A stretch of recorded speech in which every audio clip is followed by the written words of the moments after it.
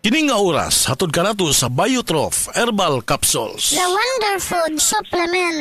Nibalik na ang pinakauna nga kape nga na ay Vitamin D3. Karon, Vita D Plus Coffee Mix na ay reishi mushroom ug mangosteen fruit extract pa. Ang healthy nga kape ug humot ug lami kaayo. Vita D Plus Coffee Mix. May kape na ka, may Vitamin D3 pa ka. Mapalit sa mga butika. Pabalik na butas. Paulit ang tagas. Itigil na, sobra na. Itigil na ang diskarteng tapal-tapal. Ilastusin mo yan. Tagal, tibay, tag-init o tag-ulan.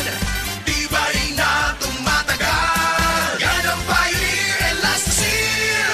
Tagal, tibay, tag-init o tag-ulan. Elastosil mo yan. Nakakaproblema sa paglibang? Mag-inom sa Super Fiber, the fast-acting colon cleansing product approved by the FDA Philippines. Garantisado nga epektibo. Sa 2 hangtod 8 ka oras, imo na mapagawas ang higko nga makahatag og basta utan ug makamatay nga sakit. Ang hugaw nga colon, ang una nga silent killer. Death begins in the colon. Mag-Super Fiber. Mas makita natong mayong resulta kung ato ubanon sa pag-inom ang Life Extension Vitamin D3 kag Super Fiber. Para sa himsog kag maayong digestion, mag-inom kada adlaw sang Super Fiber. Mapalit sa mga butika.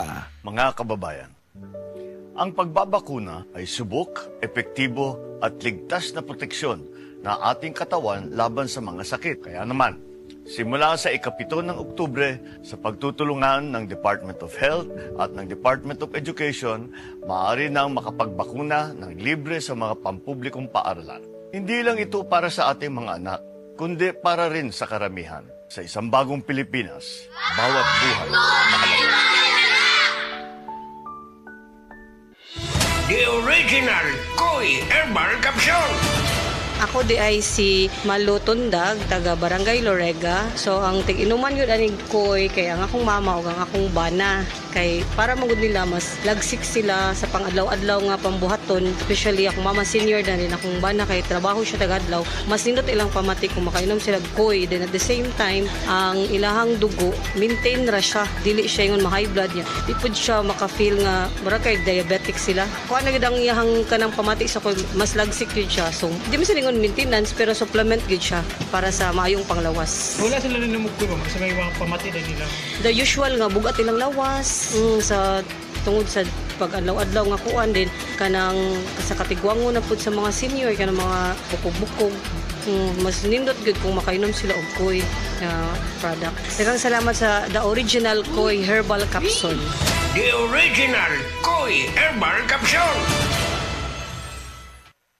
Pag kayo'y nabasagan, madaling remedyohan. Pagkatapos dikitan, parang bago na naman. Pioneer Epoxy, pandikit ng kristal, kahoy at bakal, pang-repair ng radiator, Tambucho, refrigerator, martilyo, kutsilyo, gripo, araro, gero, aparador, pampatibay ng bangka, kisame, etc. Pioneer Epoxy, paborito ng bayan.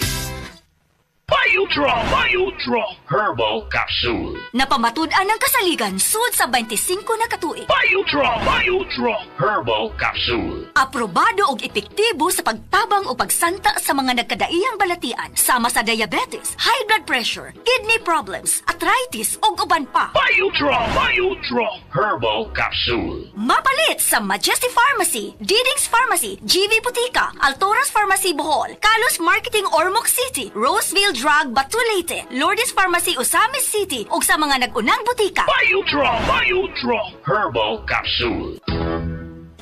Day andat, nganong masulubon man kanang naong nimo? Naluoy manggug ko ni Lolo Papa Rans. Mitukar na po ang iyang hubak ko gayoma. Mitaas pag yan ang iyang blood sugar. Lakaw dayon ngadto sa butika. Pagpalit dayon og Biotrof Herbal Capsules, sigurado kung dako kinigi katabang para mahupay ang gipamatay nga balatian sa imong lolo. Tungod kay ang Biotrof bantugan na kaayong makaalim sa mga nagkalain-laing suliran sa panglawas sud na sa dugayng panahon. Papa Rans, okay na kaya kong lolo. Salamat kayo sa Biotrof Herbal Capsules, the Wonder Food Supplement. Biotrof Herbal Capsules, mapalit sa mga butika nga naa sa inyong dapit. Usa sa mga kumpanya nga naguna sa natad sa luwas og limpyo nga oxygen tanks, Brilliant Metalcraft Hospital Systems mipasalig nga masayon na ang pagkabot niini pinaagi sa ilang bag-ong disenyo nga gigama alang sa mga hospital ug pasyente. We believe na ang oxygen ay number one katambal magamit sa tao. Once it will be closed inside the tank, there is complete manufacturing of rust which will serve as the toxin given to it. Pag-abri mo bisag asa ka tangke, compare ato aluminum sinaw kayo. Isip keynote speaker ato sa Private Hospitals Association of the Philippines Regional Management Seminar ang ipadayag kung unsa ka mahinungdanon ang paglanghap og limpyo nga oxygen. Makikita natin doon sa presentation ni Dr. Dampor na yung mga bagong innovations na iyon ay magpo-provide ng better outcome para sa ating mga hospitals at sa ating mga patients. For those hospital owners, akong matabang ninyo, ilisan og aluminum para wa nay taya. Libre ni sa among kumpanya. Oras gihatod kaninyo sa EXL Magkabuhay. Buhay at makulay ang buhay sa EXL Magkabuhay. Ang mas gipaepektibo ug mas gipanindot nga Catalyst ointment ngayon yung gidayeg sukad pa niyatong tuig 1929 karon antibacterial ug antifungal soap na. Ang Catalyst antibacterial ug antifungal soap moayo sa mga bugas-bugas, pahu sa lawas, bungag singot, pangagod, pirakan sa gagmayng mananap, buni, up-up ug uban pang sakit-sakit sa panit. Ang Catalyst antibacterial ug antifungal soap manalipod sa bacterial ug fungal infections. Busa, panalipdi ang inyong panit kada adlaw sa Catalyst soap. Kay ka-epektibo, kay ka maayo, kay ka maraginuton. Okay gyud ang Catalyst soap. Sulfur, zinc oxide, salicylic acid is the generic name of Catalyst soap.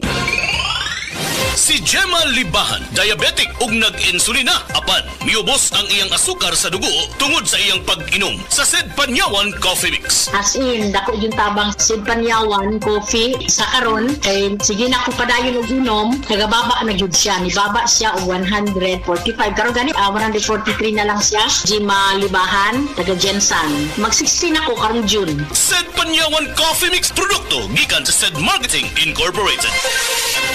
Delivery! Maria Jose! Is that box really mine? Surprise! Why are you inside the box? There's nothing I won't do for you. Just like Pag-ibig Fund Multi-Purpose Loan.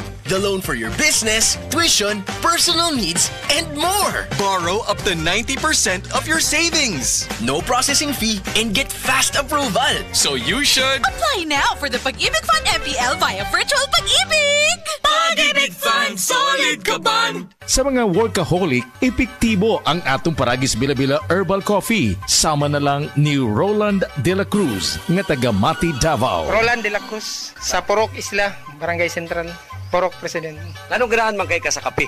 Sa Bila-Bila Coffee, laskig ang imong lawas o mayo ang imong lihok. Basta laskig niya kondisyon, makalihok kag may sa trabaho. Kung di ka kainom, mura magluya na ka? Mura luya-luya. Lahi ra gyud. Tungod kay nindot gyud ang Bila-Bila Coffee. Kini ginama sa GFMQ Marketing. Kay sa Paragis Bila-Bila, dili na ka mag-agwanta pa.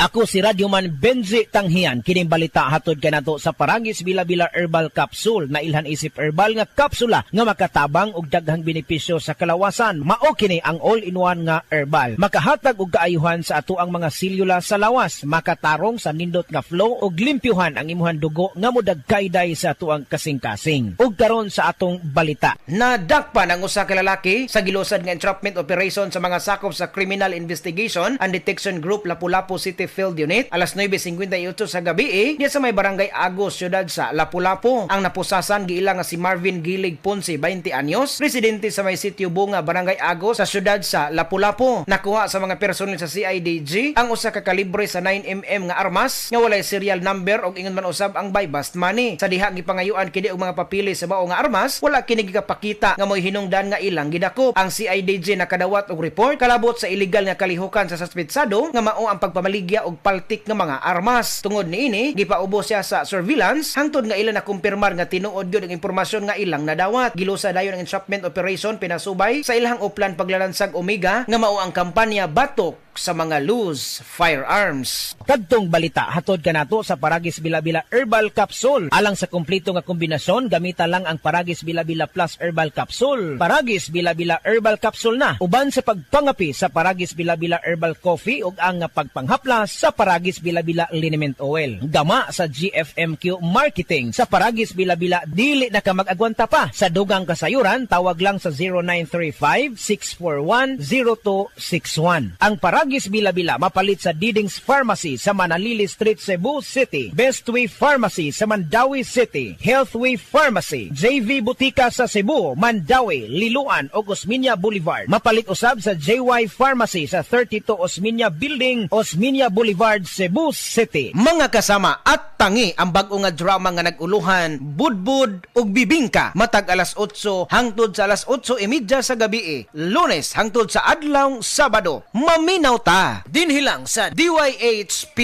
RMN Cebu. Camel, sukang puti, sasuan mo palami. Camel, sukang puti, maunag yun imong mapili. Camel, sukang puti, sasuan mo palami. Camel, sukang puti, anita na ang sekreto, ang sekreto.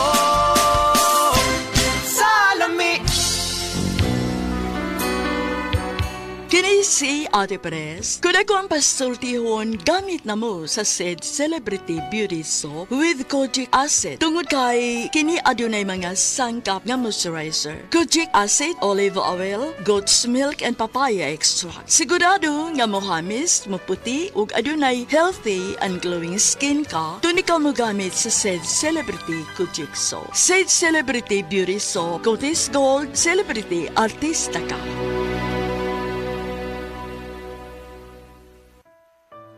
Pagbasa sa ikasyam na kabanata ng aklat ni Juan, pinagaling ni Jesus ang isang bulag, talata 1-41. Sa paglalakad ni Jesus, nakita niya ang isang lalaking ipinanganak na bulag. Tinanong siya ng kanyang mga alagad, "Guro, sino po ang nagkasala at ipinanganak na bulag ang lalaking ito? Siya ba o ang kanyang mga magulang?" Sumagot si Jesus, "Ipinanganak siyang bulag hindi dahil sa nagkasala siya o ang kanyang mga magulang, kundi upang mahayag ang kapangyarihan ng Diyos sa pamamagitan niya. Kailangan gawin natin ang mga ipinapagawa na nagsugod sa akin habang maaga pa. Malapit na ang gabi at wala nang makakagawa pagsapit niyon. Habang ako'y nasa sanlibutan, ako ang ilaw ng sanlibutan." Pagkasabi nito, dumura si Jesus sa lupa at gumawa ng putik. Pagkatapos ipinahid niya ito sa mata ng bulag. Sinabi ni Jesus sa bulag, "Pumunta ka sa deposito ng tubig sa silo at maghilamos ka roon." Ang kahulugan ng salitang silo ay sinugo. Ganon nga ang ginawa ng bulag at nang magbalik siya ay nakakakita na. Nagsalita ang mga kapitbahay niya at ang mga nakakita sa kanya nung siya'y namamalimos pa. "Hindi ba niya ng pulubing bulag?" Sumagot ang ilan. "Yan nga," sabi naman ng iba. "Hindi, kamukha lang." Kaya't nagsalita pa ang dating bulag, "Ako nga po yun."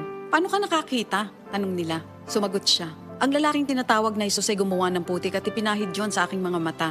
Pagkatapos sinabi niya sa akin, pumunta ka sa silo at maghilamos. Pumunta nga ako doon at naghilamos at nakakita na ako." "Nasaan siya?" tanong nila sa kanya. "Hindi ko alam," sagot niya. Dinala ng mga tao sa mga Pariseo ang dating bulag dahil araw ng pamamahinga ng gumawa si Jesus ng putik at nang pinagaling niya ang bulag. Tinanong din siya ng mga Pariseo kung paano siya nakakita kaya't sinabi niya sa kanila, "Pinahiran niya ako ng putik sa aking mga mata. Ako'y pinaghilamos at ngayon nakakakita na ako." Ang sabi ng ilang Pariseo, "Hindi maaaring mula sa Diyos ang taong yon sapagkat hindi niya ipinapangilin ang araw ng pamamahinga." Ngunit sinabi naman ng iba, "Paano makakagawa ng ganitong mga himala ang isang makasalanan?" At hindi sila magkaisa. Kaya tinanong nilang muli ang dating bulag, "At ikaw, ano naman ang masasabi mo tungkol sa kanya? Dahil pinagaling niya ang iyong mga mata." "Isa siyang propeta," sagot niya. Ayaw maniwala ng mga Hudyo na siya'y talagang dating bulag kaya't ipinatawag nila ang kanyang mga magulang. "Anak nga ba ninyo ito? Talaga bang siya ipinanganak na bulag? Bakit nakakakita na siya ngayon?" tanong nila. Sumagot ang kanyang mga magulang, "Anak nga namin siya at siya ipinanganak ng bulag. Ngunit hindi po namin alam kung bakit nakakakita na siya ngayon o kung sino ang nagpagaling sa kanya. Siya na po ang tanungin niyo. May sapat na gulang siya at nakakapagsalita na para sa kanyang sarili." Ganon nga ang sinabi ng kanyang mga magulang dahil takot sila sa mga Hudyo. Alam nilang pinagkakaisa ng mga Hudyo na itiwalag sa sinagoga ang sino mang magpahayag na si Jesus ang Kristo. Ito ang dahilan kung bakit sinabi ng kanyang mga magulang siya'y nasa tamang gulang na siya ang tanungin niyo. Muli nilang ipinatawag ang dating bulag at sinabi sa kanya, "Sa pangalan ng Diyos, magsabi ka ng totoo. Alam namin ang taong yon ay makasalanan." Sumagot siya, "Hindi ko po alam kung siya'y masamang tao o hindi. Isang bagay po ang alam ko. Ako'y dating bulag, subalit ngayon ay nakakakita na." "Anong ginawa niya sa iyo? Paano niya pinagaling ang inyong mga mata?" tanong nila. Sumagot siya, "Sinabi ko na po sa inyo at ayaw naman ninyo akong paniwalaan. Bakit gusto ninyong marinig muli? Nais ba ninyong maging alagad din niya?" At siya kanilang minura. "Ikaw ay alagad niya, ngunit kami mga alagad ni Moises. Nalalaman naming nagsalita ang Diyos kay Moises, ngunit ang taong yon, hindi namin alam kung saan siya nanggaling." Sumagot ang lalaki, "Yan nga po ang nakakapagtaka. Hindi niyo alam kung saan siya nanggaling. Gayon pa man, pinagaling niya ang aking mga mata. Alam nating hindi pinapakinggan ng Diyos ang mga makasalanan. Ngunit pinapakinggan niya ang mga tunay na sumasamba sa Kanya at sumusunod sa Kanyang kalooban. Noon pa man ay walang makapagpagaling ng mata ng taong ipinanganak na bulag. Wala pong magagawa ang taong yon kung siya hindi mula sa Diyos. Sumagot sila. Ipinanganak ang makasalanan at ngayon nais mo pa kaming turuan? At siya'y kanilang itiniwalag. Nabalitaan ni Jesus na ang lalaking pinagaling niya itiniwalag ng mga Pariseyo. Kaya nang matagpuan niya ito, ay kanyang tinanong, sumasampalataya ka ba sa anak ng tao? Sumagot ang lalaki, sino po ba siya, Ginoo? Sabihin niyo po sa akin upang ako'y manalig sa kanya. Siya'y nakita mo na. Siya ang kausap mo ngayon, wika ni Jesus. Sumasampalataya po ako, Panginoon, ang sabi ng lalaki. At sinamba niya si Jesus. Sinabi pa ni Jesus, naparito ako sa mundong ito upang humatol at nang sa gayo'y makakita mga bulag at mabulag naman ang mga nakakakita. Narinig ito ng ilang Pariseyong naroon at sila'y kanilang tinanong, ibig mo bang sabihin mga bulag kami? Sumagot si Jesus, kung kayo nga'y bulag, wala sana kayong kasalanan. Ngunit dahil sinasabi niyong nakakakita kayo, ang kasalanan ay nananatili sa inyo. Ito ang salita ng Diyos. Hi, I'm Dr. Michael Smith, a medical doctor and senior health scientist of Life Extension Foundation USA. I recommend Life Extension Vitamin D3 for everybody. This is the most practical and wise way to protect our health from diseases like cancer, heart disease, diabetes, and a lot of other health conditions.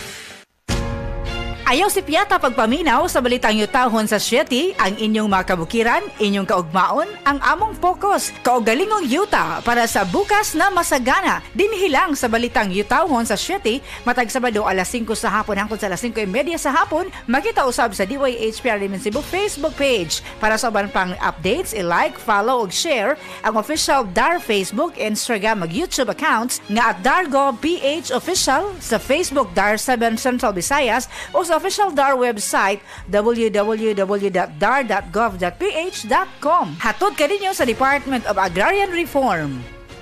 Kalami magkape, pero dapat good ang kape nimo healthy. Parehasan ning Vita D Plus Coffee Mix. Nibalik na ang imong paborito nga pinakauna nga kape nga na ay vitamin D3, reishi mushroom ug mangosteen fruit extract. Aromatic na ug lami pa. Pwede jud ni siya sa mga naay diabetes. Vita D Plus Coffee Mix. May kape na ka, na ay vitamin D3 pa ka.